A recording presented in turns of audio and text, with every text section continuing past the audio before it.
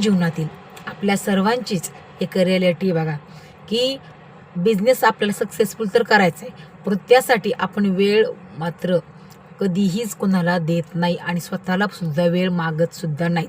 कारण की तुम्हाला व्यापार उद्योग किंवा बिझनेस जर स्टार्ट करायचा असेल ना, तर तुम्हाला अशा वेळेची वाट बघावी लागते ना की त्यावेळेस स्वतःहून सुख तुमच्या पदरात येईल. परंतु आपल्यासारखे काही बुद्धिमान लोक असतात ना की 1 महिन्यातच आपण हार मानतो. कारण की का, माझ्याच्याने मार्केटिंग होणार नाही, माझ्याच्याने मॅन्युफॅक्चरिंग होणार नाही, माझ्याच्याने काहीच मला जमणार नाही, टीम वर्किंग तर लांबच राहिलं, असं आपले विचार आपल्या मनात येतात.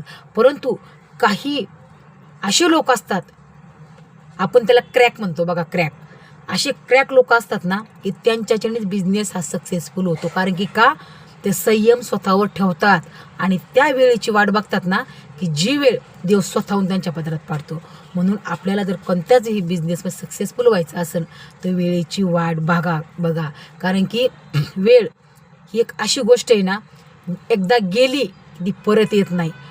म्हणून वेळेला महत्त्व द्या आणि ती आपल्या आयुष्यात आपण जर कष्ट केले ना तर नक्कीच आपल्या आयुष्यामध्ये ती कधीच आल्याशिवाय राहणार नाही. म्हणून देवसुद्धा सत्वपरीक्षा ही प्रत्येकाची घेत असतो. असा कोणताही मनुष्य नाही आहे की देव त्याची सत्वपरीक्षा कधी घेत नाही. फक्त तोपर्यंत आपण संयम ठेवा, तुम्ही नक्कीच सक्सेसफुल होऊ शकता. कारण की आपल्याला कुणापुढं हात पसरावं नाही म्हणून आपण स्वतःला चॅलेंज केलेलं असतं की मला हे कमवायचंच आहे आणि मला कुणापुढंही 2 रुपयासाठी मला हात पसरायचे नाही आहेत. कारण की कुणीतरी म्हटलेलंच असतं ना की यांनी हे सुरुवात केली आहे, स्टार्टिंग केली आहे, तर याच्याने काय पुढं जाणार आहे. हे असे महारथी असतात जे नाव ठेवणारे.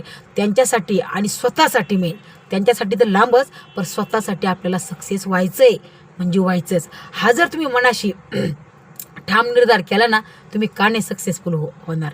कारण की एकदा मार्केटिंग तुम्हाला जमली ना, मॅन्युफॅक्चरिंग पण जमणार आणि टीम वर्किंग लगेच होणार. फक्त तुम्ही इथं फक्त बर्फ ठेवा. कारण की आपल्याला जर लक्ष्मी आपल्या घरामध्ये आणायची असेल ना, कितीही रागीट माणूस असला तरी त्याच्याशी संयमानेच बोलावं लागतं.